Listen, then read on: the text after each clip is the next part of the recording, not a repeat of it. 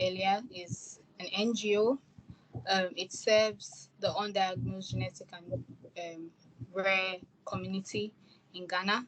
And it's not only about advocates. We're also a network of professionals. We work with doctors, clinicians. We work with laboratory scientists all over Ghana, caregivers as well as other support organizations that cater to specific rare diseases. And what we do is we bring together persons living with rare diseases, their family support groups. Basically, we cause we raise awareness and we want attention to be drawn to rare diseases. So we work with certain objectives, and there are about 5. So the first one is education and awareness creation, as well as advocacy, and then care coordination and support. So that means we work together with persons living with rare diseases. We organize their hospital visits. We go along with them, and then when they run into any challenge regarding their medical consultations, we see how best we can figure that out, and then we also support them in terms of getting a diagnosis as much as we can. And we hope to improve data, because currently there is no data on rare diseases in the country. So we hope to improve data and advance research in rare diseases. We are looking to have a national registry for rare diseases, and we are in talks with the Ministry of Health for that. And we also seek to build and empower communities of persons living with rare diseases. So we do this through various programs and activities. We provide a platform for addressing the gaps in knowledge. And we do that. So, an example is this session. So we want to improve knowledge.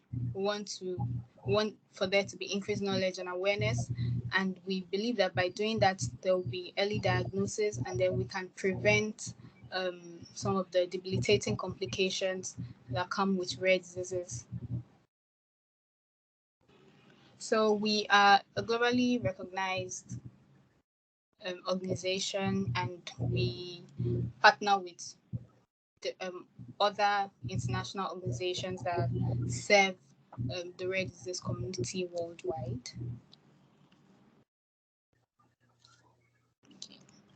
The education and training program, which I am the coordinator for, we aim to increase awareness on rare medical conditions amongst medical professionals through direct engagement at educational events such as this. And when we also explore partnerships between the organization, as well as partnerships between the organization and clinicians and allied health professionals for issues such as patient referrals. So we seek to help with diagnostic testing, surveillance, as well as possible collaboration for research. So for as many attendees that want to go into the area of research on rare diseases, Rare Disease Ghana Initiative is ever ready to help to support in any way that we can. And of course, the ultimate goal of the program is to ensure that we shorten the diagnostic odyssey. And by shortening the diagnostic odyssey, I mean we want to ensure that we shorten the time between the first visit to the hospital and then eventual diagnosis. And also, we want to ensure that appropriate management is instituted as best as we can in our setting. So these are some of the programs that we have had, some of the educational programs that we have had. So this was the first symposium on genomics and rare diseases. That was in 20.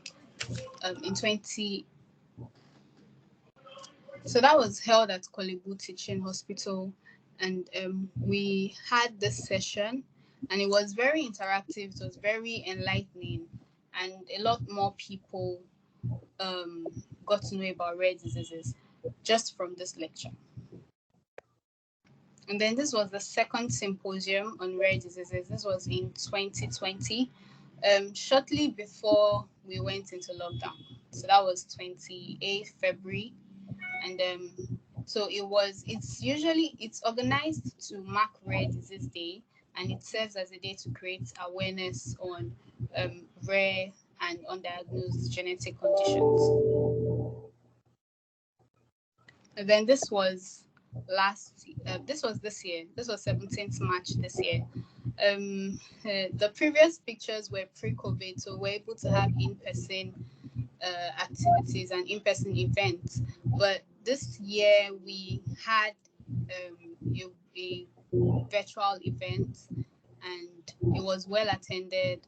We had speakers from all over the world, from the US to Nigeria to the UK, and of course Ghana here. And we spoke on a lot of things. Spoke on topics from newborn screening to clinical trials, and then occupational therapy and different methods of genetic testing for rare diseases. So it was very educational. And these are some of the activities that we have engaged in.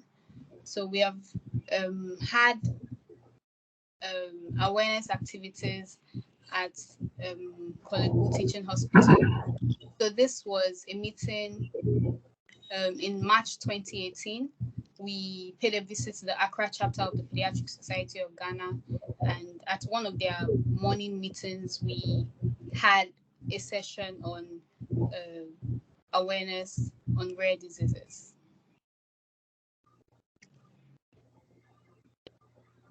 And then we also had some of our volunteers are medical doctors, and we have had to attend trainings on rare diseases. So we had one in Botswana, and then the other one was in 2019, pre-COVID, in Morocco. And then these are some of the other ways that we engage the public. So as you can see, we do the public awareness and education directed at medical professionals and the general public as well. So this were media events surrounding, I think, Rare Disease Day this year, and then some too from the past years. And we engaged the media for dissemination of information.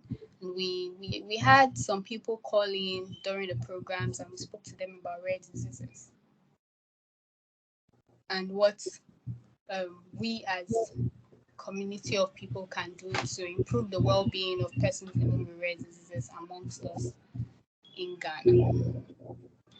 And of course, the education and training program has also organized webinars, educational events directed at medical professionals, one of which is the Recognizing Rare webinar series, which the first one was in May this year, 24th May. We had a session on angioedema, which was well attended, and it was very, very impactful. We had a patient advocate telling us about her experience with the condition and how often she was misdiagnosed as having allergic angioedema, but she was actually having hereditary angioedema. And then we learned how to distinguish between the two. We learned what we can do in our limited resource setting for persons living with hereditary angioedema.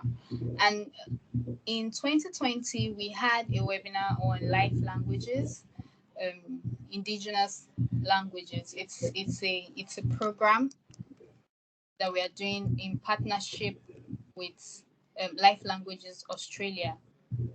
And basically, what we aim to do is to translate complex medical terminology into lay English as well as indigenous languages in Ghana, so as to bridge the communication gap between persons living with rare diseases who might not be able to speak English that well, as well as the health professionals that are attending to them. And then last year, September, for Newborn Screening Awareness Month, which happens every September, we had a webinar on newborn screening for inherited congenital anomalies. That was September last year, and we are going to have another one coming up next month. So basically, what we aim to do with these programs, these events, is to ensure that no one is left behind. We want to ensure that everyone in Ghana, including persons who are living with rare diseases, including persons who we don't necessarily see their conditions every day, because I mean the fact that they are not living with TB, HIV, or malaria, the more popular conditions, doesn't mean that they should suffer in silence, because more often than not, they have been neglected. Persons living with rare diseases have been neglected and they have been abandoned by the healthcare system. And we are seeking to change that.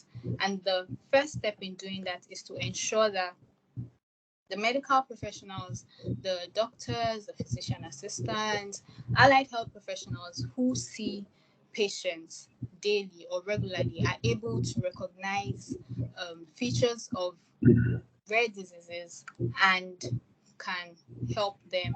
Want to increase capacity for diagnosis as well as management of rare diseases. So with that, I welcome everyone to this session, and I would like to introduce our speakers. Our agenda for today is quite loaded, and we have seasoned speakers who are going to give us more insight into spinal muscular atrophy. We have Dr. Tom Crawford. He's an SMA expert. He's with the Johns Hopkins Medical Institute in the United States of America.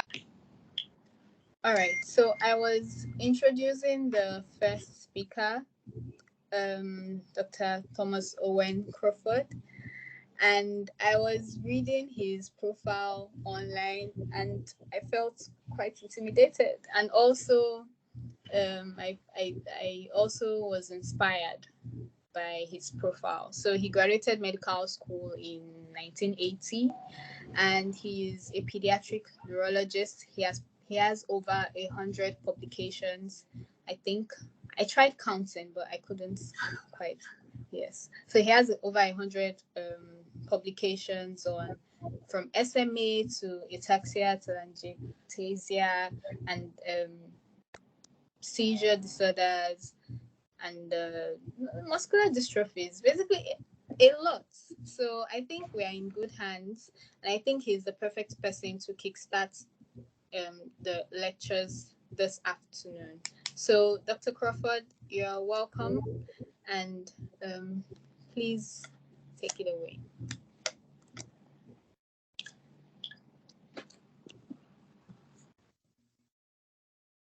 So, can you hear me? Yes, please, we can hear you. Okay, let me open up something here. Now, I want to know if you can see my slide here, because this is a new platform here for me. Microsoft Edge.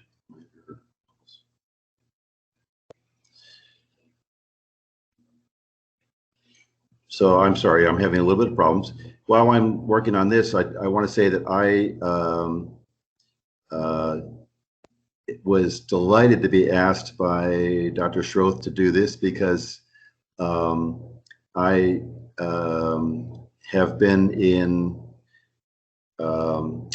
Ghana 4 times over the last 8 years, always in a very small town on the coast called Yamaransa, and doing mostly non-medical things, but a few medical things along the way there.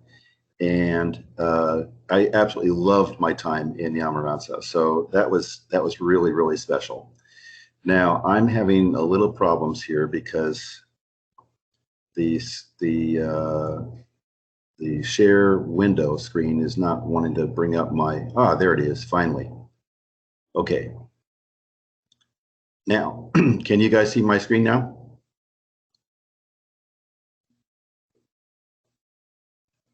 It's coming. Yes. There. It says spinal muscular atrophy. Do you guys have that? Yes. Yes? Okay, excellent. Yes, All right. Well, anyway, so I am extremely mindful that you guys are the experts in how to manage this in Ghana, and I'm a Rube. I know how to do high-end, super high technology, exceptionally expensive medical therapy. It is breaking the bank in the United States, and as a consequence, I'm aware of the fact that many of the issues that are now on the forefront of concerns in the United States are not going to be available to people in Ghana. That doesn't mean there isn't things that we can do, and that recognition of the rare diseases will be useful.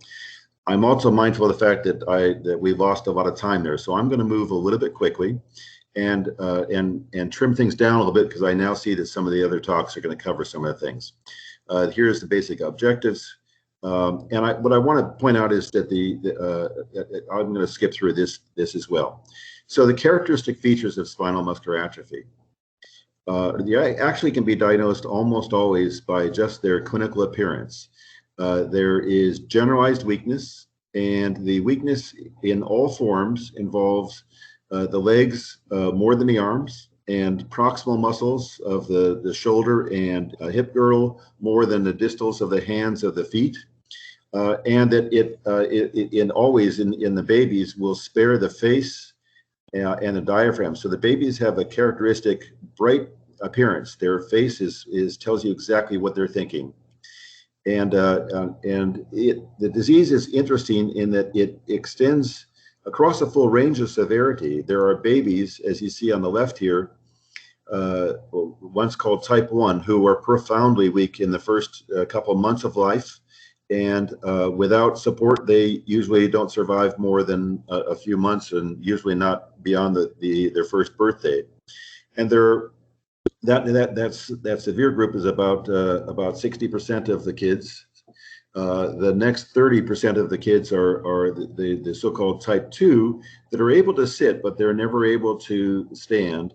And they're subject to a bunch of complications, which I think we can deal with, even we can deal with effectively without advanced and very, very expensive therapies. And then there's a small group of kids, between 5 and 10%, who are able to walk. This one here is very slender and tall, but they are weak in that they have difficulties otherwise. I'm going to show you some of those pictures. On the most severe end, the babies. These are babies, they never sit, but they're very bright-eyed, they're socially engaged. They have a kind of breathing, which I'm going to show you. Their cry is weak and mewing in nature. They have no tendon reflexes, and they have this tongue that sometimes will sort of vibrate a little bit when you open it. Not when they're crying, but just when they're at rest. And they will have difficulty swallowing, and obviously with problems with breathing. Here is a video. We'll see how well it works being transmitted from America, but you can see this is a child with the most severe form. You can see the face is bright, the eyes are bright, and yet he can hardly move. He's going to reach as best he can to try to reach for the grab, and when he gets it, you'll see he has a smile, but it's not a very big one. He likes to smile there. So that shows you what the most severe form is.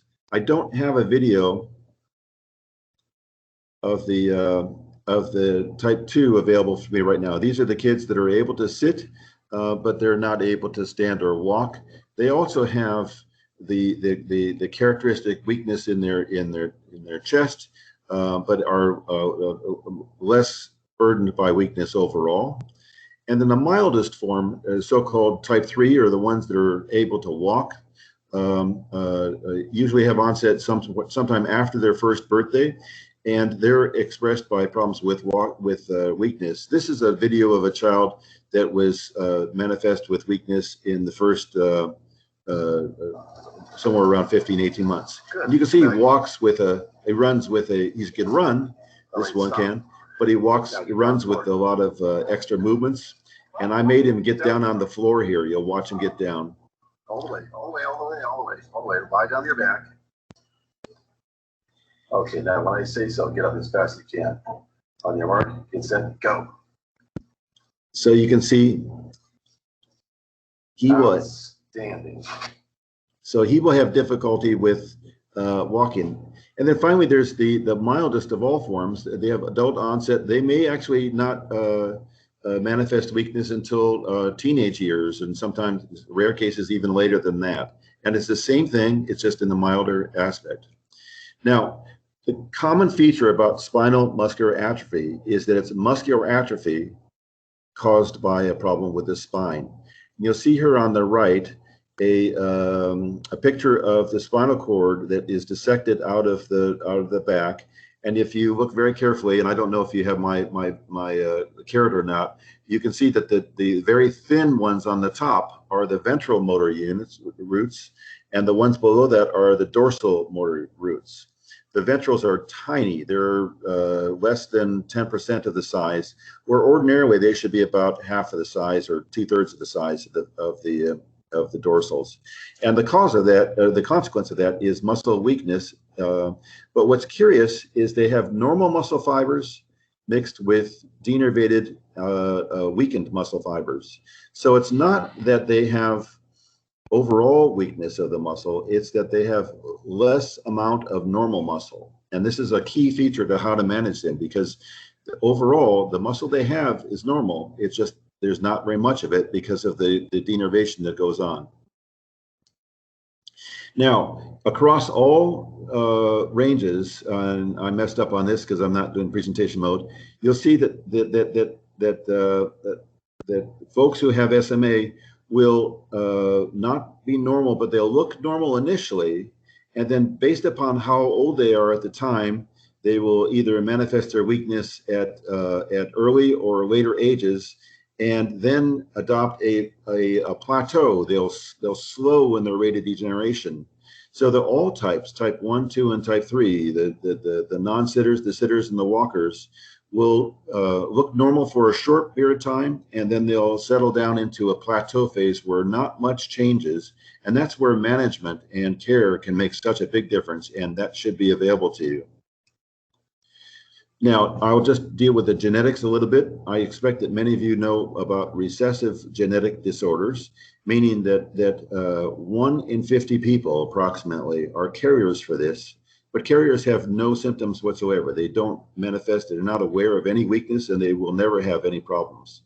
But if one person who's a carrier, 1 in 50, has the misfortune of parenting a child with another person who's a carrier, so that they are both carriers, that's a chance when you do the mathematics. 1 in 50 times 1 in 50 is the probability that any one couple has a 1 in 2,500 chance of being both carriers, and 1 out of 4 of their children would have it.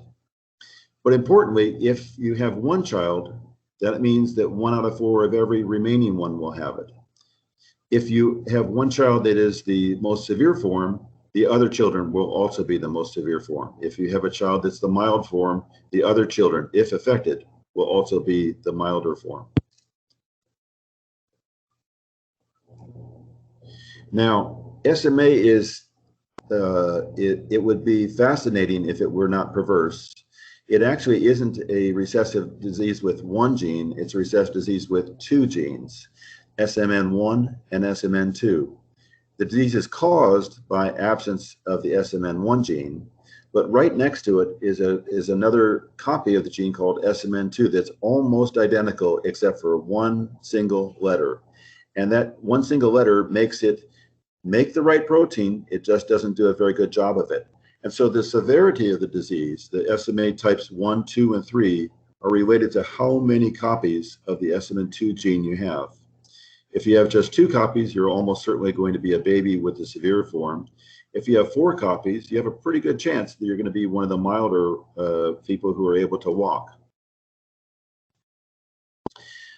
This is an example of what we're seeing. The SMA is caused by absence of the SMN1 gene, and the copy number of the SMN2 is responsible for how severe the disease is. Now, the treatments for SMA, the advanced ones that we're still learning how to do here in the States and in Europe, basically involve figuring out ways to make that SMN2 gene work better.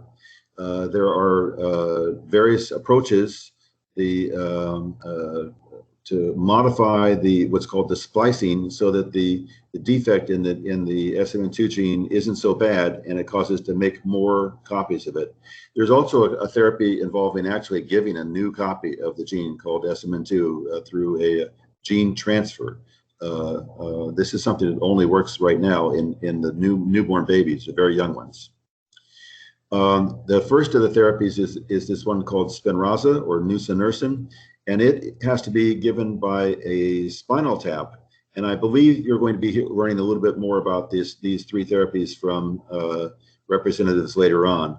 This was approved in 2016. It's very effective, but it involves having to give spinal taps over and over and over again, which is quite a burden for the folks who receive that particular therapy. The next one is this thing called Zolgensma, also known as Onasemnogene abeparvovec, if it's possible to say that. And this is a gene transfer experiment where you actually put a copy of the gene into a viral capsid and deliver it to a baby for a one-time therapy, usually effectively when the baby is first born. And then finally, the third one is the one that is available as an oral medication that is also available to increase the amount of the SMN gene production, protein production off of that SMN2 gene.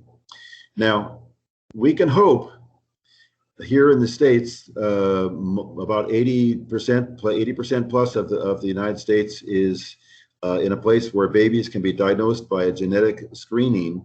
And I understand there's starting to be sickle cell screening in places of Ghana, and adding the SMN gene screening to that platform when it becomes available is actually a relatively small and a small thing to add. So we can hope that it will be available more broadly through Ghana in the years to come. That's all I'm going to talk about now, because I know you have other experts that are really good. I just want to emphasize that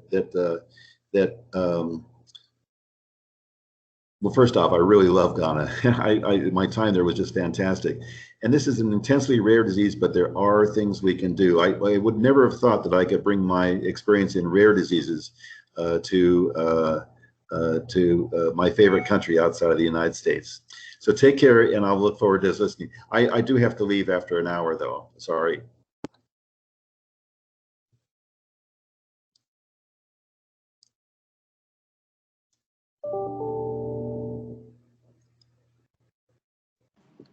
Okay, thank you so much, Dr. Crawford, for such a good start to the session. And thank you for loving Ghana as well.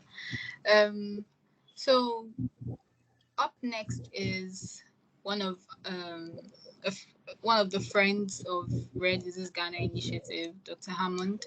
He is a pediatric neurologist, and he's stationed at the Komfo Teaching Hospital in Kumasi.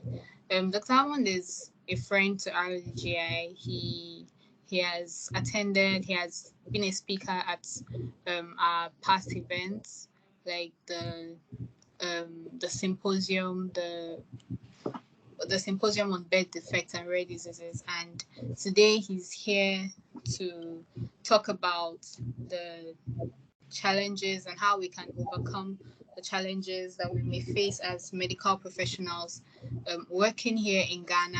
And we're also expected to see rare disease patients, and we're expected to give them the appropriate care as much as we can, looking at our low resource setting. So Dr. Hammond is here, and Dr. Hammond, please, are you ready? Thank you.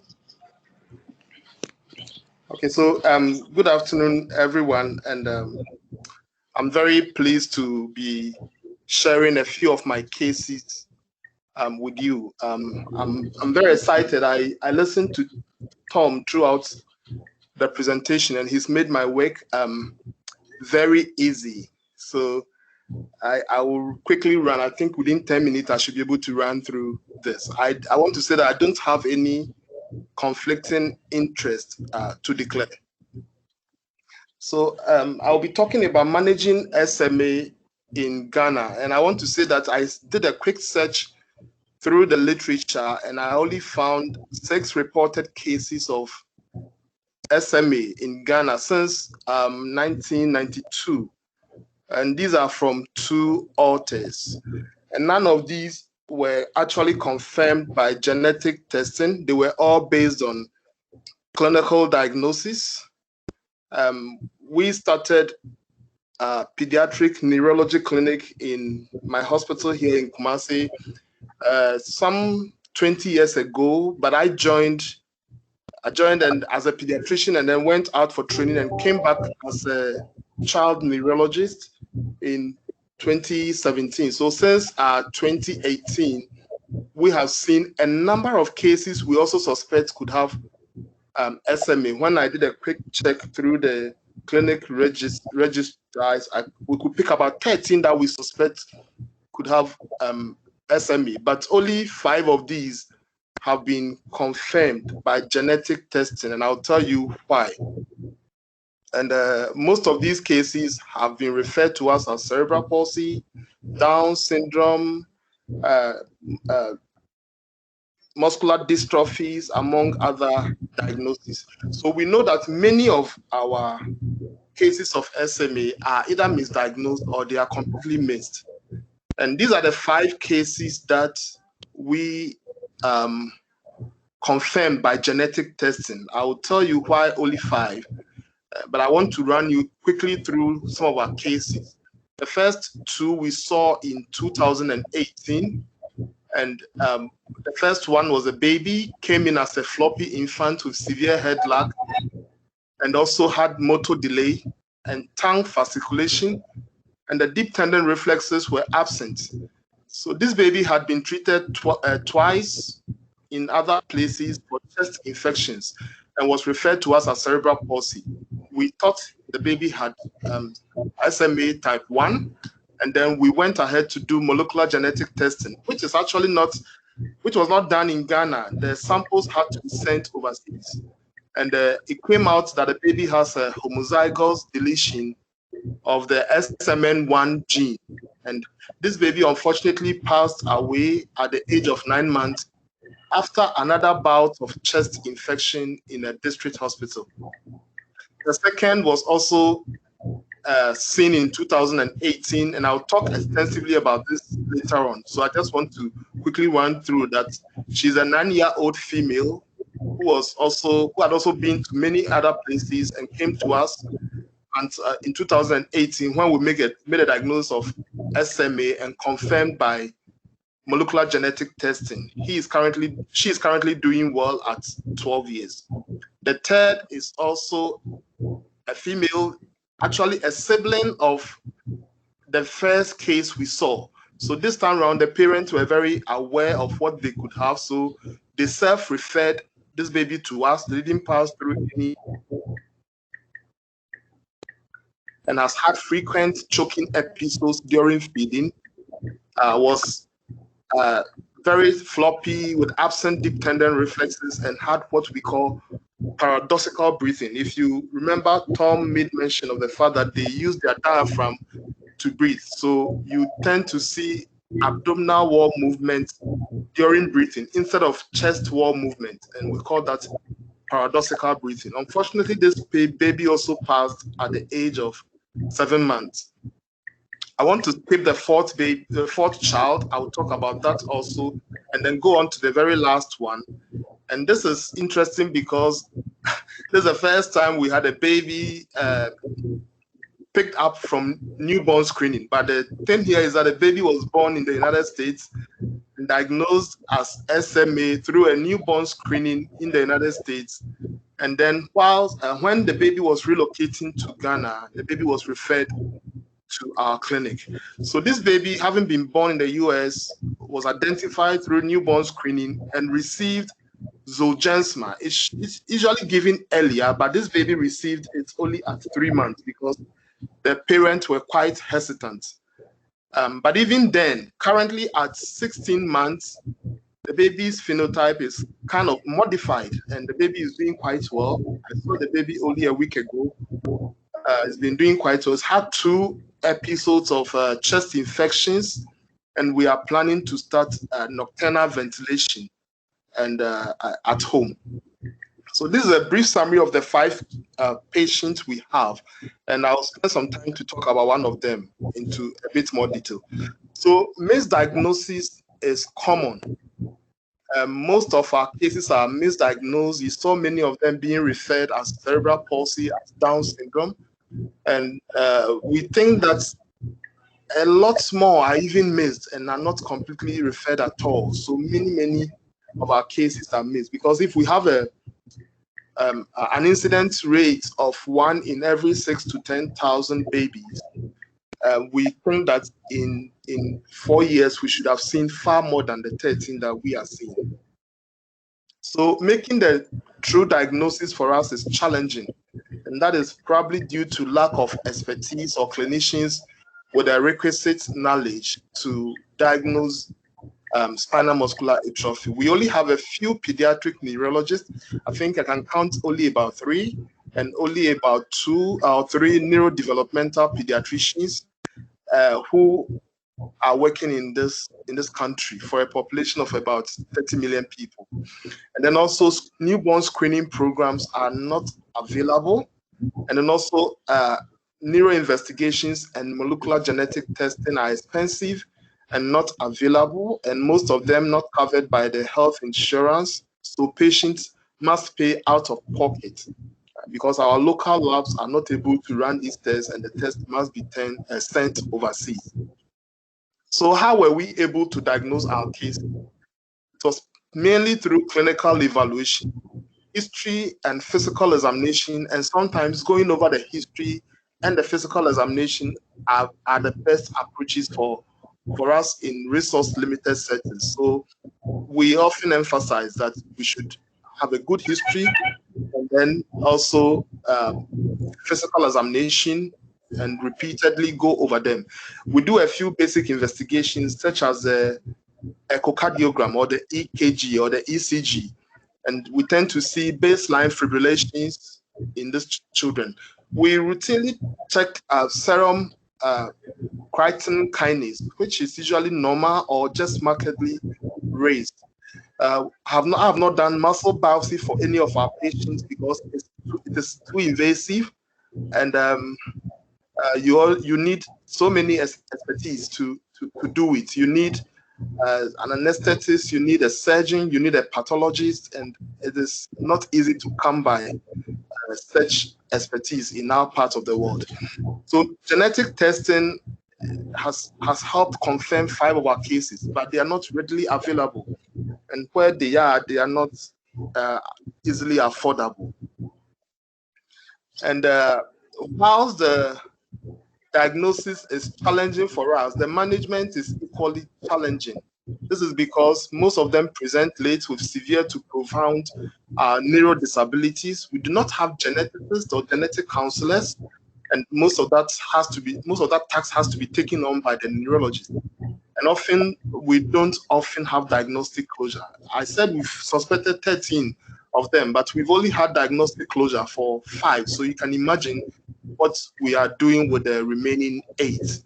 Again, we have cultural and traditional and also religious beliefs that seem to provide a better explanation for the things that clinicians do not diagnose. And I'm putting the better here in quotes because our people tend to believe that for whatever the clinicians are not able to diagnose, there must be a superstition behind it.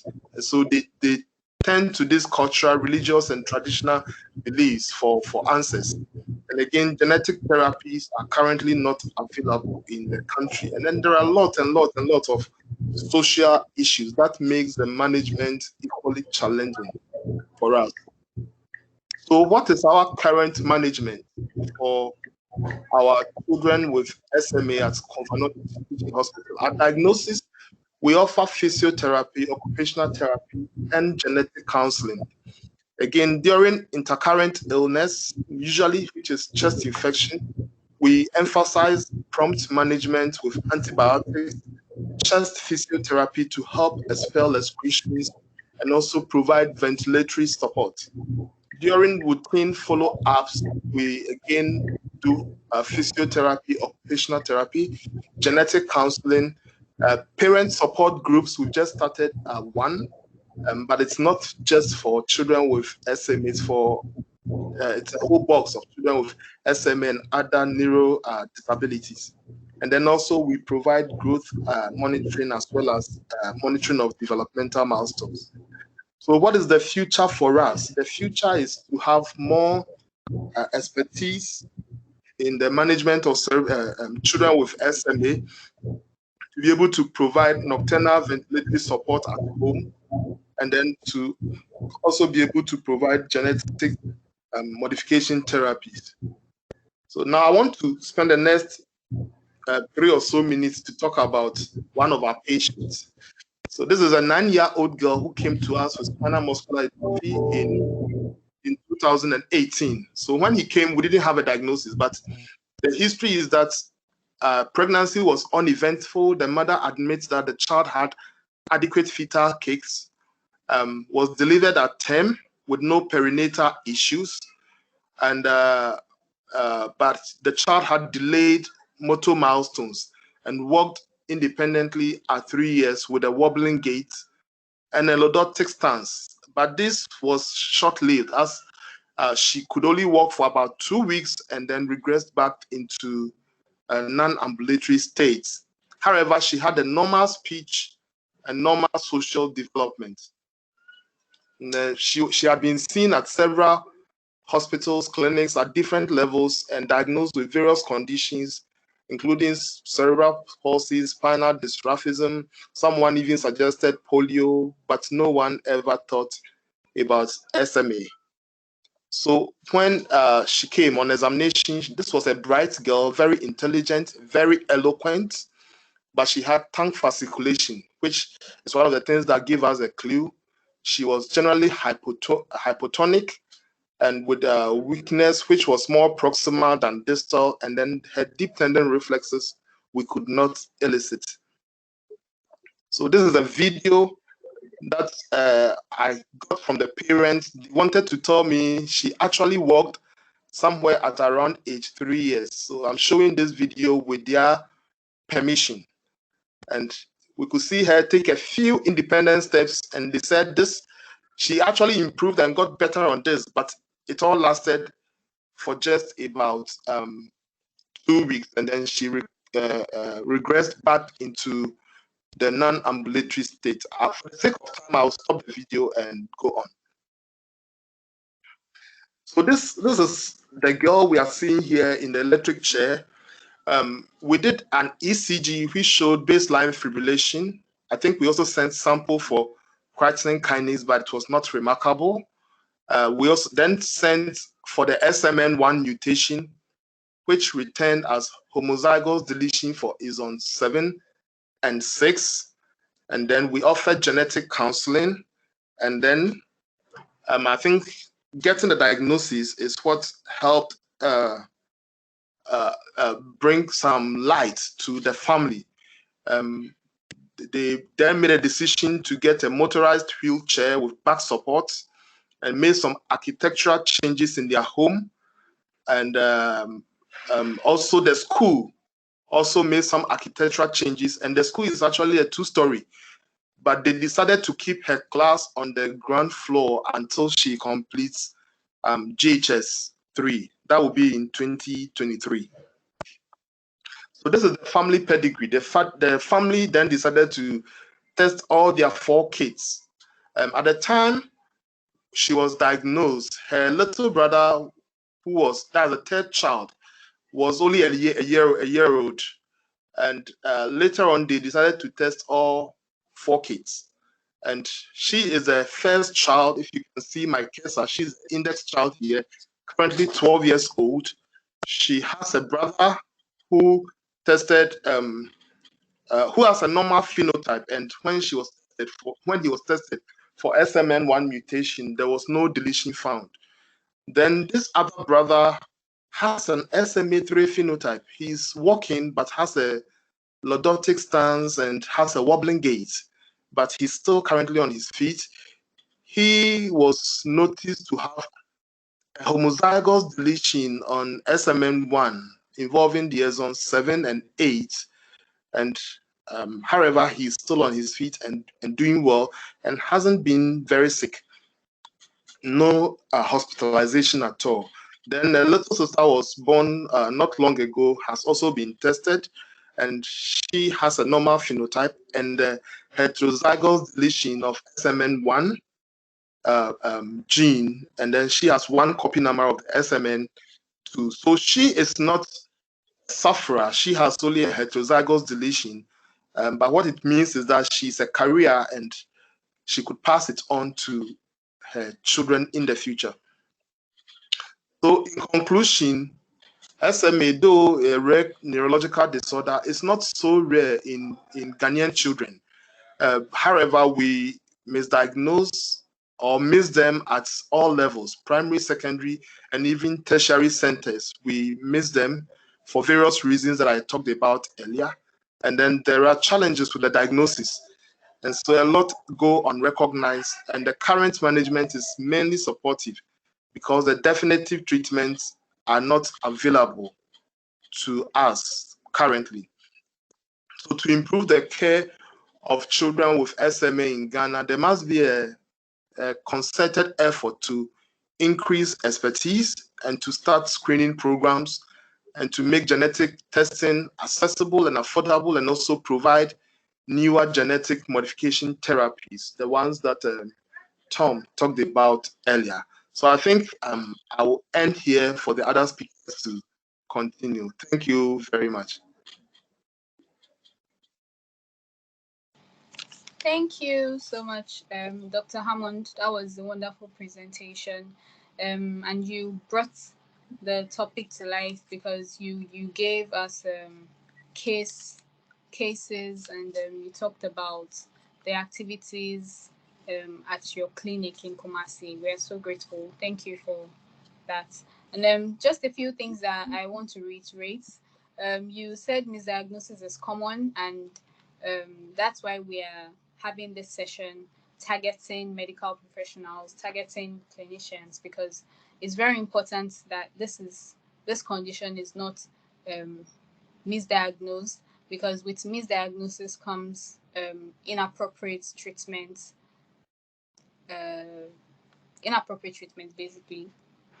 And also you mentioned that making a true diagnosis is challenging, but I mean, we have to ensure that we take proper histories and we do our physical examinations, and then we request the appropriate investigations. And then one thing that you said that really touched me was how the 12-year-old girl, how her class had to be on the ground floor till she completed school. And it's just really important that we mention that to have better outcomes for persons living with rare diseases, we need inclusive environments, right? So we need inclusive environments. We have to promote inclusion wherever we are, and then we'll get much better outcomes. Thank you so much, Dr. Hammond. Thank you. Thank you. Thank you too. Yes, sir. Then our next speaker is one of our very own. She is a volunteer with Rare Disease Ghana Initiative. She's a head of advocacy and engagement. Her name is Esmeralda, and she's here not just as a volunteer with Rare Disease Ghana, but she's also here as a patient advocate. She's here as an advocate for SMA, and she's going to tell us a bit about her experience with SMA in the capacity of parents. Esmeralda wants to acknowledge everyone. Thank you so much for coming. We have, I think, about 70 participants, about 80 participants now, and I'm seeing familiar names, and I'm so grateful for everyone who was able to make it to this session. I hope you're learning a lot. I hope it's a really enlightening session for you. This session would not have been possible without the help of our partners and our sponsors. Cure SMA, huge thank you to Cure SMA. They're an international advocacy organization, working with SMA and helping SMA patients get diagnosis, improving outcomes for persons living with SMA all over the world. Dr. Shroth, she is so amazing, and I've been reading her profile and I'm just inspired, honestly.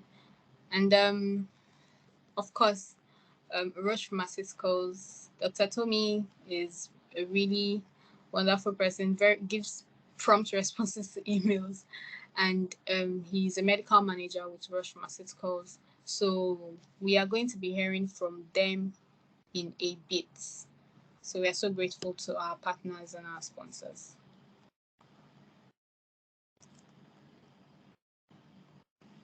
Okay, so we're still waiting for Esmeralda. Esmeralda is supposed to tell us about her SMA story as a parent of a child that had SMA.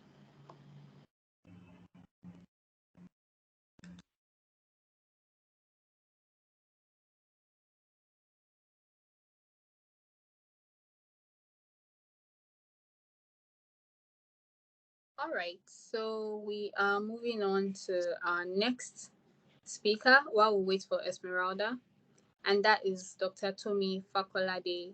He's a medical manager with Roche Pharmaceuticals, and he's basically going to talk to us about the current and emerging therapies for SMA. So Roche Pharmaceuticals, I think most of us are familiar with them and their products, and Dr. Fakolade will give us more insight into that.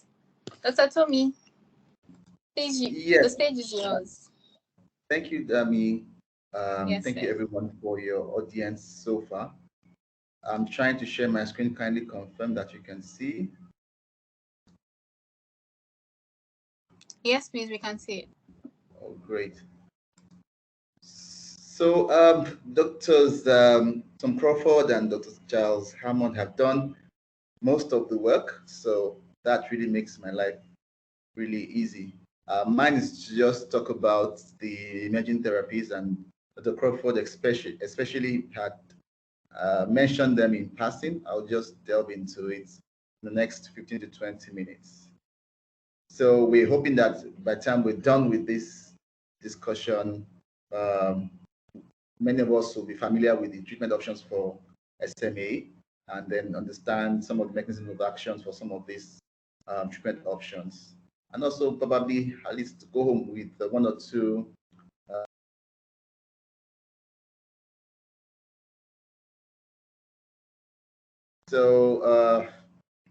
historically, before 2007, we didn't have any standard of care guidelines for the treatment of SMA.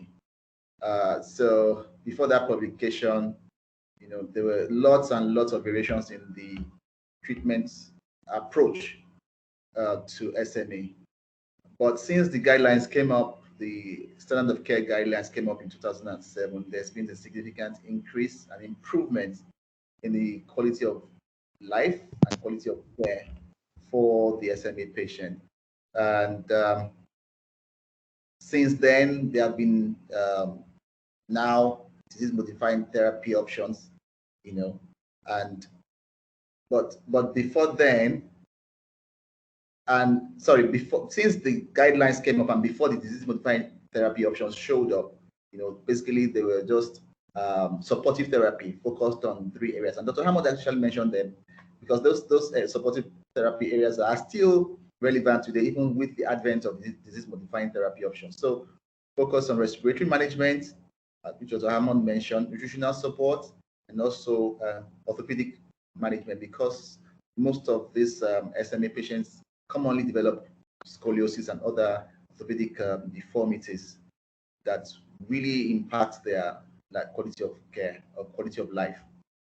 So again, Dr. Hammond mentioned the paradoxical breathing and the various problems like cough, hyperventilation, chest wall deformities, and then of course I've already talked about the scoliosis that's usually associated with many cases of orthopedic complications in the SMA patient. Of course, Dr. Crawford mentioned difficulty in swallowing. So malnutrition is a big challenge, and nutritional care is always a major pillar in the non-pharmacological treatment options available for SMA patients. Since 2016 or thereabout, we've had the advent of disease-modifying therapies. Some of them, leveraging on the knowledge of the scientific or molecular, if you like, genetic basis for the development of SMA. And largely, you have 3 agents, identified largely, and I'll discuss them. Some of them, have met, all of them actually have had either FDA or EMA approval. So generally speaking, they are acceptable and they are available for use either in Europe or in the US, and of course by default in all over the world, really. So let's go a little bit deeper into them. Okay, so the therapeutic options are available because I think we understand better what SMA is all about. And the success of these options is actually hinged on how soon the patients are able to access these options, especially the type 1, the very severe ones. Dr. Crawford mentioned that many of them do not even live to see their first birthday. That's because at the end of the 6th month of life, they've lost 95% of their motor units. So the neurons have all been lost to the disease, more than 90%, and that's not really compatible with life eventually. So the success of these treatment options depends on how soon they're able to begin treatment before we now have this potentially irreversible neuronal loss, like I just mentioned, especially in the type 1 patients. So time from prescription to treatment with risdiplam or Spinraza or any of the other options really can be rapid, and we'll get more into that. We've already heard the basis, the molecular basis. The SMN1 gene is absent, the SMN2 gene is misbehaving, and so we have SMN1, which is the main source of the functional protein, is not functional, and SMN2 in many cases is not producing at optimal levels because of the mutations and the losses along the axonal, especially the exon 7. Either there's a point mutation or there's a loss of exon 7. I mean, the neurologists have already taught us that, so I'm not going to bother too much about that. So, when we want to treat, again, what are the things you want to consider? You want a drug that can target the CNS, the central nervous system. You want a drug that can, hopefully distribute fairly well across the central nervous system and the body, and you want a drug that has a broad benefit across its subtypes or the diverse types of SMA.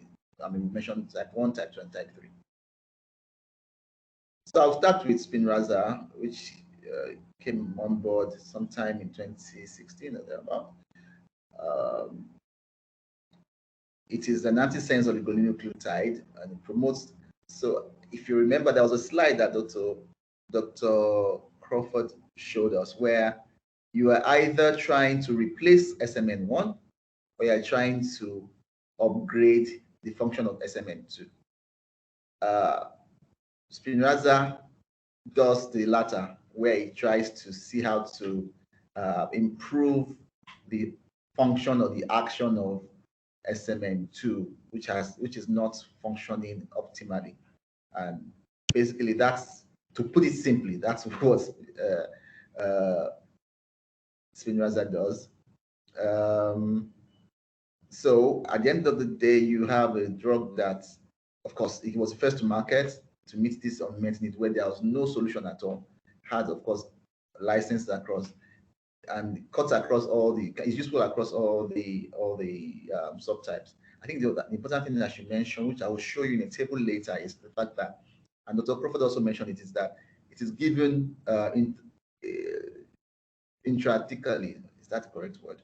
It is given through a lumbar tap or a lumbar puncture, into the CSF. That's how it's given. So that's, it's a little bit uncomfortable, but again, we'll see the drug regimen later. It's not given so often. Then there's, so Gesma also mentioned that Dr. Crawford as trying to, this was basically a gene therapy, trying to replace the defaulting or the absent SMN1 gene. And it's given over 1 hour, and it's a one-time treatment, really. And the idea is to kind of replace the SM1 gene that is absent or deficient. Again, it's a promising option, compared to when you have to give lifelong treatments in many cases, like in Spinraza, in the case of Spinraza. And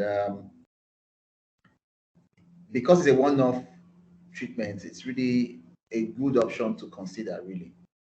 And then there's this one called apitegromab. Apitegromab is still as it were in development, because it doesn't have a trade name yet. It's not yet gone commercial yet. But we need to understand that we have a molecule or a protein called myostatin, which is one of the proteins that govern muscle development and muscle mass. And what it does is it strikes a balance. It tries to strike a balance to ensure that muscles do not overgrow, And then what you now have is a molecule in apitegromab that inhibits this myostatin function in SMA patients. From the description that was given by Dr. Hammond and Dr. Crawford earlier, the muscle mass is present but underdeveloped or not fully developed. So in an SMA patient, you want the muscle mass to really grow bigger and be more functional. And so a molecule like myostatin is not useful or is not helpful because it's going to inhibit the muscle growth and muscle development, and therefore a drug like apitegromab will just cancel or neutralize myostatin function, and then you now have, instead of having this kind of muscle mass, you have a more developed muscle mass, basically, and that helps the patient to function better. So the organization or the company is called Scholar Rock, and they've shown some very encouraging positive phase 1 outcomes, and we're looking at possibly apitegromab becoming a possible monotherapy option very soon, with phase 2 and phase 3 results coming out anytime from now. Then we want to talk about Evrysdi, or otherwise known as risdiplam. So this also is trying to help improve the function of SMN2. Like I mentioned earlier, is either you're trying to replace SMN1 or you're trying to enhance SMN2. So risdiplam actually tries to improve SMN2 function. And beautifully, the clinical results show that it produces similar increase in the functional SMN protein levels in muscle as seen in the blood. And it actually improves motor function and increases the number of individuals who achieve motor milestones in the spectrum of SMA patients. Has been investigated in quite a wide range of individuals in real-world practice. And so I think this table would really do justice to summarize what we've been trying to discuss. Basically, we have 3 confirmed, approved, effective options that doctors or neurologists pediatric neurologists can leverage upon. The three of them have been approved in both by the FDA and the EMA. I think the only thing is that a couple of differences. One, you see that risdiplam is an option, is an oral once daily option, which probably is a good option in terms of access, convenience. Sorry, but we see that this one is the replacement therapy, which is a once in a lifetime treatment, given just over one hour IV. While this is given intractically on days, yes, this was the regimen I was trying to remember, days 0, days 14, days 28, and days 63. Then you now start giving maintenance every 4 months for life, you know. So those are the various differences. This tries to replace SMN1, while these other two try to, you know, enhance and improve SMN2 in their deficient function. So basically, those are the three major players we have when it comes to the management of SMA, disease-modifying therapy options. And so we can say that since 2007, the story of SMA patients have changed significantly, you know, because now that was when the standard of care guidelines came on board, and the outcome of patients basically just improved significantly. And we also noticed that, excuse me a second, NUSINERSEN came on board first, and then the others came up shortly after. And then we have the various treatment options available for us to use. And we're hoping that first and foremost, many of these patients will be able to access these options. Dr. Crawford said these drugs are available in the US to a very large extent. That may not be the reality with us in Nigeria or Ghana or in any part of sub-Saharan Africa, really. And so we're really looking forward to a situation where these drugs are available, not just available, also affordable, or as part of the affordability and accessibility, we have government support to maybe reimburse such treatments. Being a small population of patients, it may not hit too much on the bottom line of the health budget of any country, really. But the government has to show political will and has to show a willingness to support this small group of patients going through this, suffering from this rare disease condition. That would be my submission. Thank you for your audience.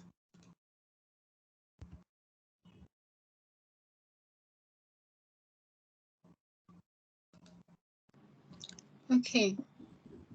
Dr. Tomi. Yes, please. Okay, so that's the end of your presentation, right? Yes, it is. All right. So thank you so much for that. Just before we go on, is it possible for us to know like the price range? I'm sure that's what is on everyone's mind right now anyway. So like what is the price range for the therapies? Okay, so I can only speak a little bit about Evrysdi, that's risdiplam, because that's the Roche drug. The others are not Roche drugs. I think Raza is a Novartis drug, and I'm not sure which other company. I think the other drug is owned by a subsidiary of Novartis. But for Evrysdi, it's not even available for us commercially in the sub-Saharan Africa sub-region. And I do not know the price. What we can do is, so if there's a prescription today, we will, there's something called the special import license, where we would make a request to the global office to say, you know what, we have patient XYZ requiring this treatment, and so kindly give us a special license to import for this singular patient or for this group of patients. We also need to get a health authority approval locally to allow us to bring in that medication, because we are not commercially allowed to market it yet. And so usually that discussion will come up, and then we can now arrive at a cost, a price for the named patient based on the special request. But we don't have a fixed price yet because it's not yet available commercially in this part of the world. But it can be sourced, and within a couple of weeks, let's say maybe 3 weeks or 4 weeks, we can get the drug in for specific named patients. I hope that answers the question to some extent. Yes, thank you. So basically, one of the things that we have to take away from today's session is that we all have to be advocates wherever we find ourselves, and we have to involve policymakers and regulatory bodies like the FDA or NAFDAC, wherever you are, to make it easier for companies to import therapies like this for our clients, our patients that are living with rare diseases, right? Okay, thank you so much, Dr. Tomi. So, Esmeralda? Esmeralda, can you hear me now? Yes, I can hear you. All right, so I introduced you earlier, so you can just take it away. Okay, that's fine. Thank you. And I'd like to apologize for my network challenges earlier. So I don't even know where to start from, but okay, so I got pregnant with twins, and during my antenatal visits, I realized that the second twin wasn't really kicking as much as the first. So I complained about it, and then they were like, oh, you know how twins are, they're sharing the same space, it's not easy, it's expected, so then just take it cool. And I was like, okay. I didn't follow up again. I kept complaining, but I just let it be. And then I gave birth. They were fine. They both cried okay. And then we were discharged. I think 3 days after. I had a C-section. So after 3 days, we were discharged, and then we went home. And then we came back again after 2 weeks for the regular postpartum checkup and all of that. We brought the kids. They gave them, I think, their first dose of the vaccination. And then we went back home. After a month, we realized that he wasn't, the elderly twin wasn't really as mobile as the younger twin. And so we felt, okay, there's something wrong, but then what is it? We went to the hospital, the doctor examined him. At this point, he was like 4 weeks old. We went to the hospital, the doctor examined him, and he was like, there's nothing wrong with him. And I was like, no, he has this abnormal tummy growth. And then on his tummy, you see these green veins on the tummy and all of that. And I was worried. So I went, he was like, oh, there's nothing wrong. The boy is asleep, and he loved to sleep. So most of the time, anytime we went to the hospital, he was asleep. And so they really couldn't determine what was wrong with him. And so we came back home. At 6 weeks, I still wasn't convinced. I went back to my hospital of birth, and then they took a look. They were like, yes, there's something wrong with him. He's floppy and all. So you will go to Quest Medicals and then do a CT scan of the spine and the brain so that we see what's going on. We went to Quest Medicals. They looked at the boy, looked at the request, and they were like, no, he's too young for this. The radiologist actually came out to us and said, he's too young for this request. So I can do it, but I'm afraid. And because of what the radiologist said, I just told them, okay, we don't really have the money now. We'll go and come back later. So we went away. We didn't even give the doctor feedback, and then we just went away. And so at somewhere 10, 14 weeks, he kept growing weaker and weaker. And then we spoke to a therapist who was like, oh, she suspects a cerebral palsy. So we should bring him for therapy. She's sure that it will be fine. So he started therapy as a suspected cerebral palsy case. But then somewhere around 1st August, he started aspirating. So the therapist at 4 months, he started therapy before 4 months. Then at 4 months, the therapist was like, since they are twins, and this one is not really feeding properly on the breast milk and all of that, I suggest to start feeding them baby food, so Cerelac and all those things. I was like, okay, so they started feeding at 4 months. And then on the 1st of August, he was eating one evening, and then he aspirated. I didn't know what it was. Luckily for us, we had a neighbor who is a doctor. So we took him to her. He was like, oh, this is aspiration. So that means he's choking on food. So let's just rush him to the hospital. At that time, she also didn't know what it was. And that was the beginning of like really everything that went wrong. He kept choking every now and then. Almost every week we were in the hospital. Every 2-3 days we would be in the hospital. Sometimes we would stay for as long as 3 days. Sometimes we just go in, they'll give him oxygen, he would settle, be okay, and then they'll discharge us. We just kept going in and out of the hospital without knowing what exactly was wrong. It got to a point he wasn't even eating. And then anytime, sometimes when I go, they're like, okay, since he's not eating, they would put dextrose in a syringe and then give it to me and be like, okay, since he's not eating, you can be giving him this so that at least it's sugary and all, so I'm sure he would want to take it, and then it would balance his sugar level, because every time we went, what they would do for us is first give him oxygen and then put a pulse oximeter on him to check his oxygen level in his body, and then once his oxygen level settles and he's okay, they just discharge us and we go back home. So we kept visiting in the hospital like every now and then. And then one day, a doctor friend, at this point, everybody in the emergency ward knew us. Immediately they see us, they attend to us quickly. We were always in the emergency ward. And then the doctor was like, I think you should go and see my boss in Accra. I'm sure she can help you. So she recommended Dr. Bruce to us, and then we went to see her. Immediately, Dr. Bruce, so she said, this is SME. I'm like, excuse me, what is that?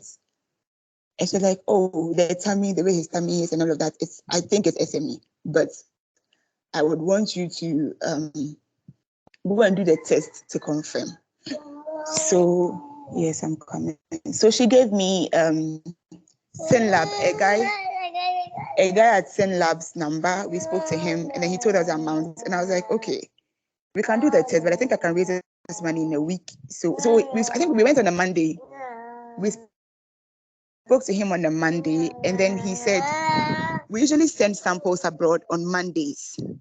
So it will be best if you do the test on a Monday so that we can add it to the samples we've had over the week and then send it. And I was like, okay, fine.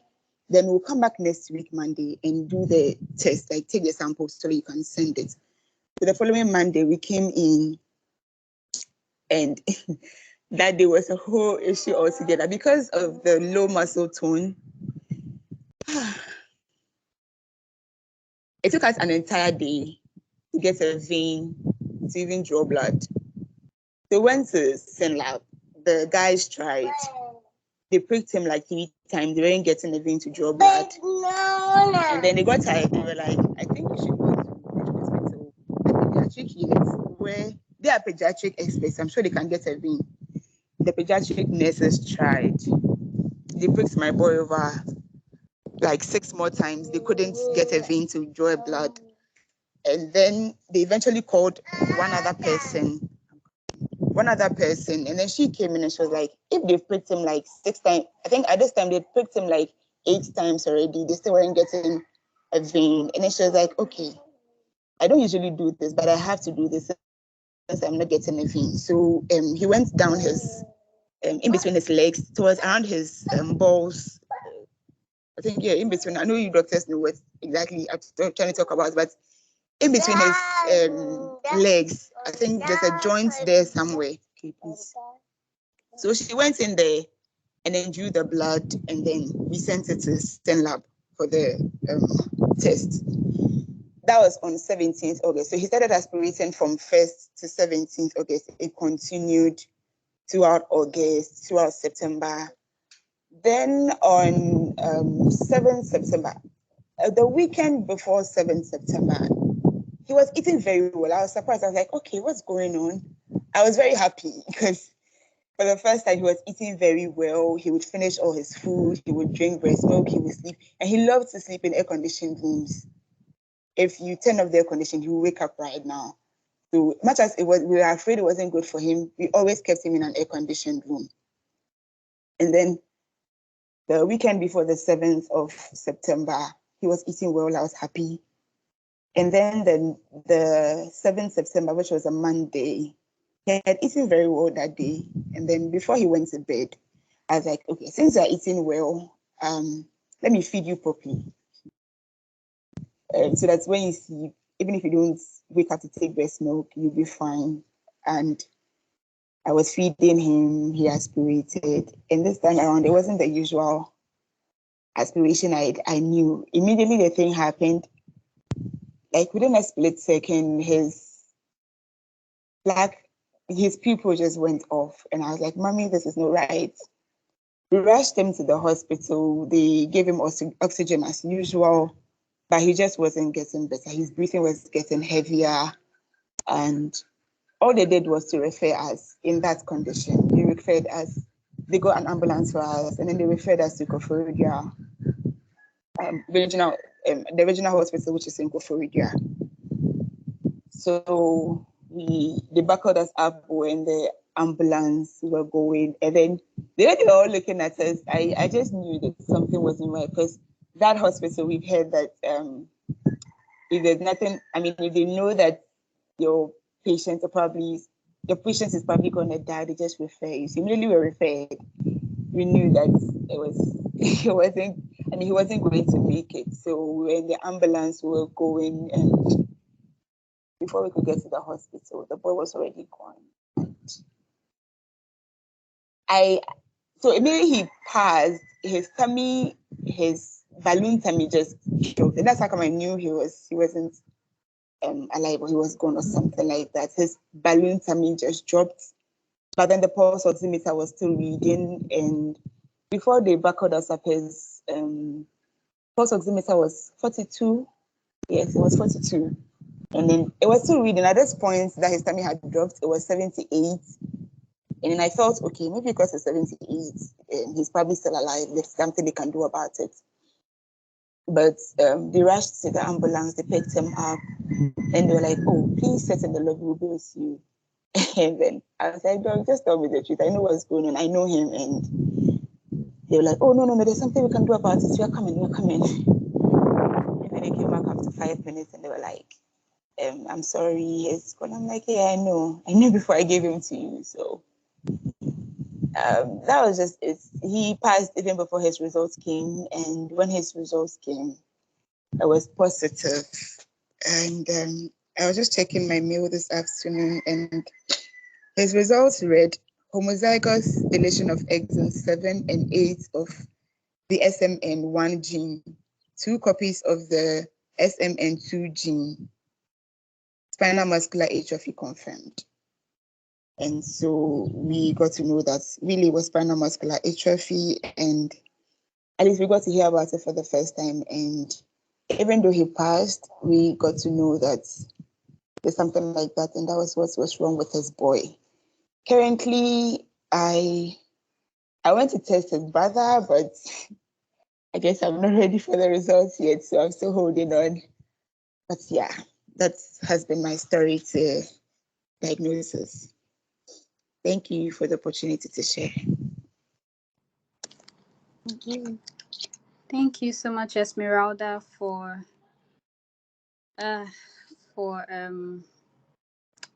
giving us an insight into your lived experience with SMA. And I think all of us as healthcare workers, as doctors, nurses, midwives, I think we can learn a lot.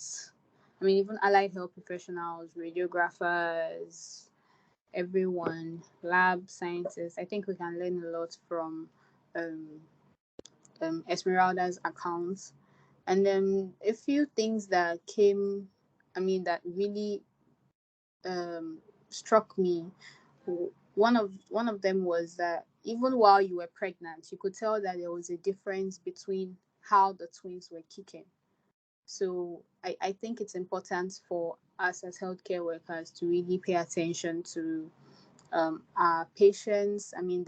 There's something like mother knows best. So I think it's very appropriate in situations like this, and then we shouldn't dismiss what our patients tell us. And once again, cerebral palsy was mentioned as the diagnosis. So the baby was misdiagnosed and the SMA was taken for cerebral palsy again. So we really have to be mindful of that. Anytime we see a case that we think it could be cerebral palsy, an important differential should also be SMA. And of course, the cost of access to laboratory testing, access to testing. It was so huge, even though you didn't mention the amount. I mean, it was something that you couldn't raise in a week. I mean, some that you had to wait until a week before you could raise the money for the testing. So I think it's really important. And thank you so much, Esmeralda, for sharing. And speaking about Dami, access, sorry. Hello, Dami. Hello? Sorry, one more thing. Yes, sorry. So when they were referring us to the regional hospital, they wrote on his referral letter that congenital heart disease. And then I was trying to let the doctor know that, no, we've seen someone in Accra. She was like, okay, when you get there, whatever it is. So as I now, even on his death certificate, it is congenital heart disease and not SMA. That was another thing that came up. Sorry. I thought I should add that. It's fine. Oh, no, it's important. It's a learning curve for all of us as clinicians. And yes, so still talking about access and getting treatments for SMA. I want to once again acknowledge Cure SMA. Since 1984,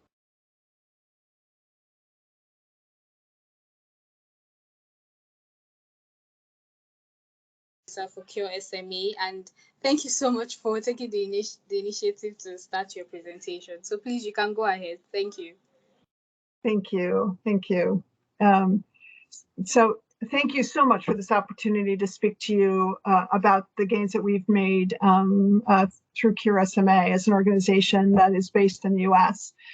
I know we're running out of time, so I'm going to quickly move through, but I just want to share with you a lot of things, a lot of learnings that we've had as an organization. As was said previously, we've been an organization since 1984 advocating for families and really trying to lead the world and lead the way to a world without SMA. It's the #1 genetic cause of death for infants. We're seeing that change in the U.S. because of our access to treatments. Cure SMA as an organization funds and directs comprehensive research that drives breakthroughs in treatment, care, and we provide families with the support that they need today. So we currently have 36 chapters in the U.S. that are volunteer-led, and we have 120,000 families and supporters in our network. We have approximately 9,000 individuals with SMA that are part of our membership database. And please go to our website when you have a moment to see what we provide. So it's been very important for us as an organization, as a patient advocacy organization, to think about the entire SMA community. We've been able to achieve the things that we've been able to achieve in the U.S. because we've kept the community unified.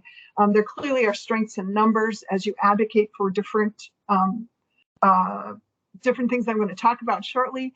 And we are also growing our community as we continue to move forward. Collaborations across the community help us to understand better what are the unmet needs that we need to continue to develop, to understand and try to close the gap about. Also, the research needs.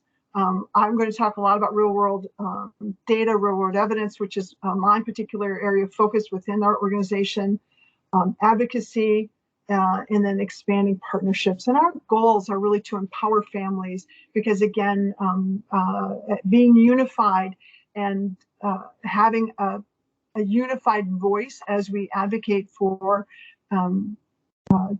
care and access to education and treatments is just so important. It's also important for us to educate stakeholders about what is SMA, what is this disease that they've never heard of before.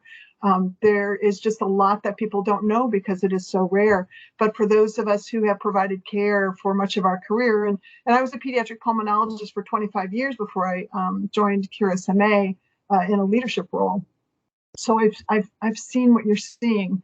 I was there before treatment. I can tell you what not to do. I learned a lot. I made mistakes because I didn't know better, and neither did anyone else. But you, as a developing country, developing this care, you can learn from those mistakes and not make them. Is what I'm hoping for. It's so important for us also to partner with families and adults with SMA to advocate for local and national priorities. So our areas of focus from an advocacy side are access to healthcare, critically important, and part of why you're meeting today.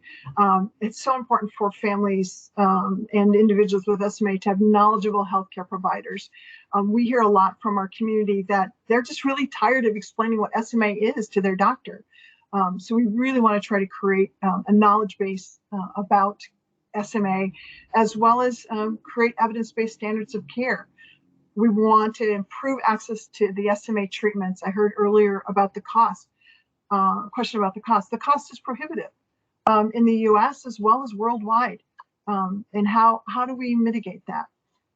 People with SMA also need equipment to support their independence and their ability to engage in the community. We are also very active in implementing newborn screening across the US. We have found that having newborn screening has significantly reduced that diagnostic odyssey that Esmeralda, my heart goes out to you, that Esmeralda just shared with us. Newborn screening has helped. But newborn screening will pick up 95% of individuals with SMA based on the current testing for the SMN1 gene homozygous deletion. We also advocate for access to education. Everyone with SMA that is incredibly bright, but in order for them to have access to education, they need to be able to get into the classroom. They need wheelchairs. They need supportive services to do that. Also, people with SMA contribute to our economy, but again, they need special support in order to be able to do that. But the contribution is invaluable. Advocating for disability rights is a big piece of what we do. Transportation and also access to technology. Eye gaze for those who are unable to speak well. It has been an incredible technology, and there are just so many opportunities to improve access to things that improve quality of life and also improve independence. What we hear from our adults with SMA is that they want to maintain their independence. So whatever we can do to help with that. And independence doesn't mean being able to walk. Independence means being able to guide their care, provide direction, actively participate in those decisions about their life.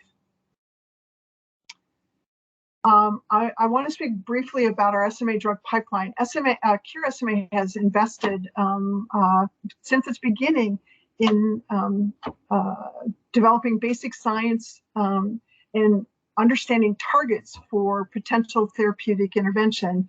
We currently have 3 drugs that are approved, or treatments that are approved in the US, with a whole pipeline of other therapies.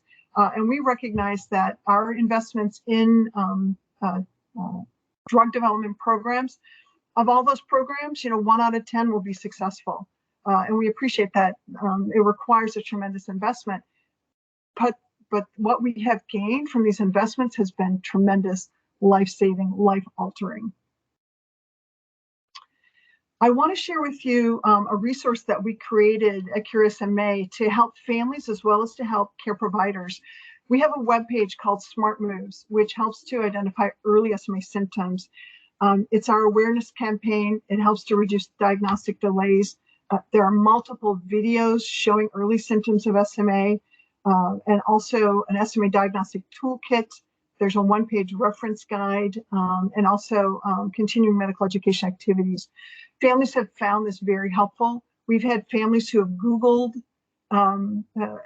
Google as a verb is just interesting, have gone to the internet, Googled low tone or weakness, limited head movement, and have come to our Smart Moves webpage, and they've seen the checklist there, and they're able to go through and say, hey, that looks like my baby. This SMA might be the diagnosis for my baby. And then they can take the checklist to their physician and have a conversation. It helps to provide language around describing what they're seeing with their baby. So I encourage you to utilize this in your education programs. And as you're talking to families, and I encourage families to also have access to this. So my program is clinical care focused, and as part of the clinical care department, we have developed a care center network. So we partner with neuromuscular clinics around the country, around the U.S., and they consent patients to contribute data to our clinical data registry that is housed at Cure SMA. And we do that because what we want to understand better is evidence-based standards of care. We want to use the data that we're learning so that we can develop this evidence-based standard of care and improve upon the document that was published in 2018 or documents. We're also focused on healthcare professional education, family and caregiver education, and extending that out to the SMA community. We're also very interested in SMA newborn screening implementation, which I'll talk about in just a couple of minutes, as well as data collection around that. We're learning so much by collecting information from our community, both from healthcare providers as well as from patients and families directly. That's helping to guide us to figure out what are the unmet needs, where can we, as an organization, help our community. The Care Center Network we have 18 across the country. Our goal is to get to 50 centers in a few years, which would represent 25% of patients in the US with SMA. We've had a very steady increase. We currently have over 580 patients in our SMA registry with a variety of data points. The age ranges from 3 months to 73 years, and half are male versus female. So when we look at a registry and we look at type, the predominant current type is type 2, which are sitters, which represents 41%. We have 28% that are type 1, 25% type 3, and then we have pre-symptomatic group. And in the US right now, anyone who is diagnosed through newborn screening is offered treatment, and the vast majority accept treatment. And so they don't really become a type. They're a pre-symptomatic treated infant who's going to develop in a much more normal fashion. But please appreciate that none of these treatments are cures. Patients still have SMA. When we look at the copy number, so as SMA is evolving and we're using treatments, the typing it won't be as relevant when patients are treated. And so we're looking at copy numbers now as another way to talk about prognosis for SMA. And we're seeing a predominance of 3 copies of SMN2. And we have 32% of 2 copies, 1% with 1 copy, less than 1% with 5 copies, and 4% with 4 or more copies. So we're learning more about the impact of the SMN2 gene. Newborn screening in the US, we currently have 38 out of our 50 states, and that represents 85% of all infants currently born in the US are screened for SMA. Approximately 250 babies have been identified so far since 2017, when some states started pilot programs. SMA was identified and added to the federal recommended panel for newborn screening in 2018. So we have had 3 years of having it recommended at the federal level for states to implement it. And states implement it one by one. They have their own rules, their own financing, and testing assays. Cure SMA has 3 what we call real-world evidence investments, and one I already briefly mentioned, the SMA Clinical Data Registry, which is data that is actually electronically transferred from the electronic medical record into our platform. So that's all clinician curated data. We also have a SMA Newborn Screening Registry where we invite families to enter data about their infant in our platform. And then we have a separate membership database where we invite families to participate on an annual basis answering questions about their experience with SMA to help us gain additional understanding. We have multiple resources for families. I'm just going to quickly go through this. We have education webinars for families, and this includes our virtual conference, which happened in June, and many of the people who are on this call attended our research and clinical care meeting. And for families, we have the virtual SMA conference with many topic areas that are covered. We also have Summit of Strength webinar series, which are available at the YouTube, and you just search for these particular categories. We also have one on physical therapy webinar series, talking about therapies that families and patients can do at home. These are our care series booklets, which are focused on many medical topics, and we've expanded to include emotional and mental health with one of our newest booklets here. These are available for download. They're available in English and Spanish, and our Cure SMA, Understanding SMA booklet is available in 9 languages in addition to English and Spanish. We have a directions newsletter, which comes out twice per year with just updates about our community and our various departments within the organization. And 3 times a year, we put out the Compass, which is a newsletter providing updates related to research. And you are certainly welcome to go and check these out. And then I just wanted to point out that I believe this is US based, but there's a website where you can search for clinical trials related to spinal muscular atrophy, and it is a worldwide site. So if you have interest in what clinical trials are available and where they are, I encourage you to go to this website. So in summary, progress in SMA is driven by collaboration across the SMA community, and I see you as doing such a great job getting started. And however we can help you, please reach out and let us know. Thank you. Thank you so much, Dr. Schroth. That was a very educational session. Thank you. And thank you because you showed that awareness doesn't stop. Awareness is important. It's really, really necessary, not just for families, but healthcare providers as well as the newsletter for the general public.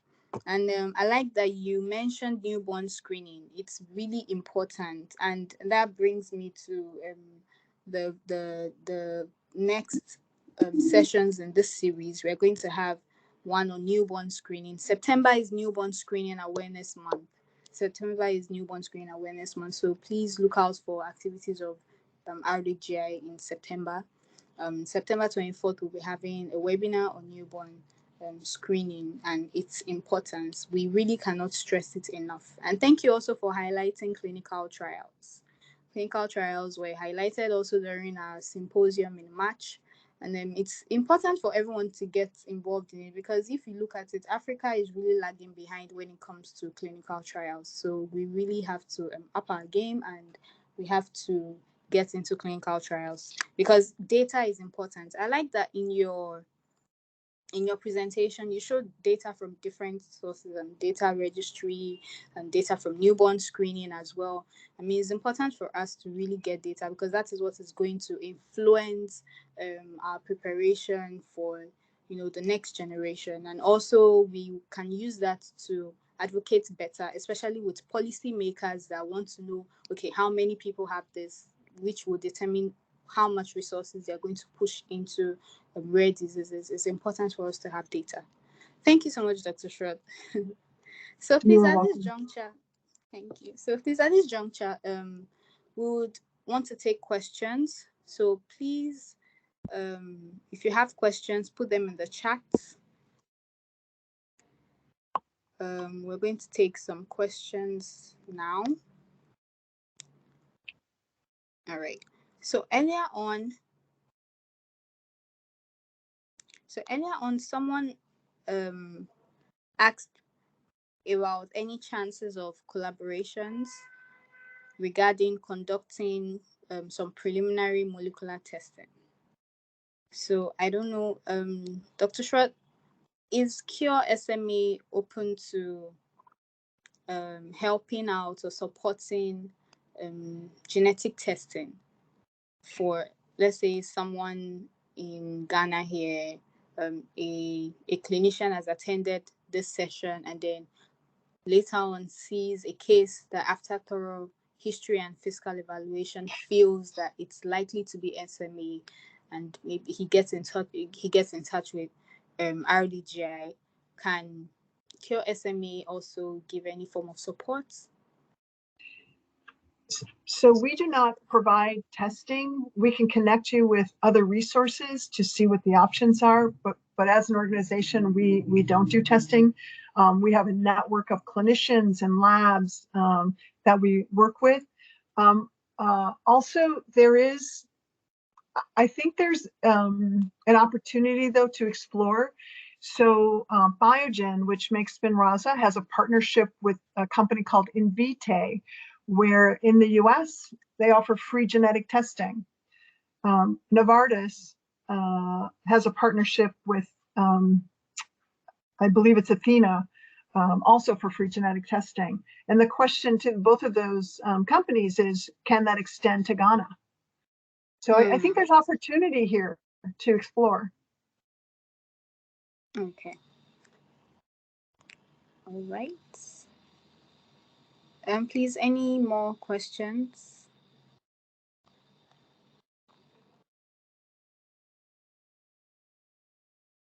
I just wanted to, on Tommy's slides, he had where Tomi, where you had the slides with all three treatments. In the US, Evrysdi risdiplam is approved for infants over the age of 2 months. I think your slide said 2 years. So I just want people to know that in the US, it's approved for infants over 2 months of age. And I know there are clinical trials in pre-symptomatic infants, and they are evaluating lowering that age.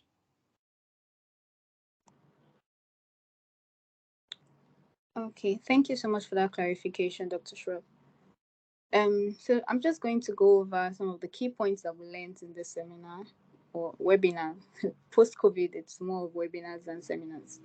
So we learned that misdiagnosis is common. I'm reiterating this because of the caliber of people that are attending this webinar. So it's really important for us to do take a thorough history, just like in medical school, how we were taught. And also, we should consider SMA if we see a case that looks like cerebral palsy. I mean, hypotonia, floppy baby, we have to consider it. And it's really important for us to have newborn screening, but this will go directly to the policymakers. So those of you that are in government or aspiring to having a career in government parastatals, please be thinking of that. Please don't forget our people living with rare diseases when you get there. And also, I want to use this opportunity to thank Roche Pharmaceuticals. Thank you so much, Roche, because they supported us. They supported us in getting this webinar off the ground. So thank you so much to Roche Pharmaceuticals.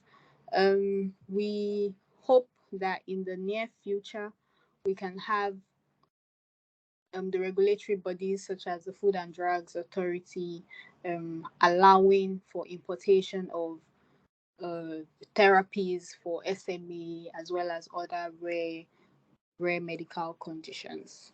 So it's past 5, so I'll just at this point say that please look out for other sessions in the Recognizing Rare webinar series. On the 11th, we have a session on anorectal malformations. So surgeons, aspiring pediatric surgeons, people that are already pediatric surgeons or people that are surgeons, please, you have to tune into that particular session. So we have a session on anorectal malformations, and then we have a session on newborn screening. We have a session on newborn screening on 24th of September. And then please stay tuned for updates because we'll also have webinars in October and then November. So if you have interest in chromosomal disorders, Prader-Willi, you want to attend the October session, and then in November we'll have a session on metabolic disorders and mucopolysaccharidosis. So once again, I've been your moderator, Damilola Okusaga Afa. Thank you so much for attending. We are so grateful to every attendee. At some point, we had 129 participants. So, but please note that the certificates for this session will be sent to you via email. And when you want to claim your CPD points, write Recognizing Rare Webinar Series. Thank you so much. Bye for now. See you next.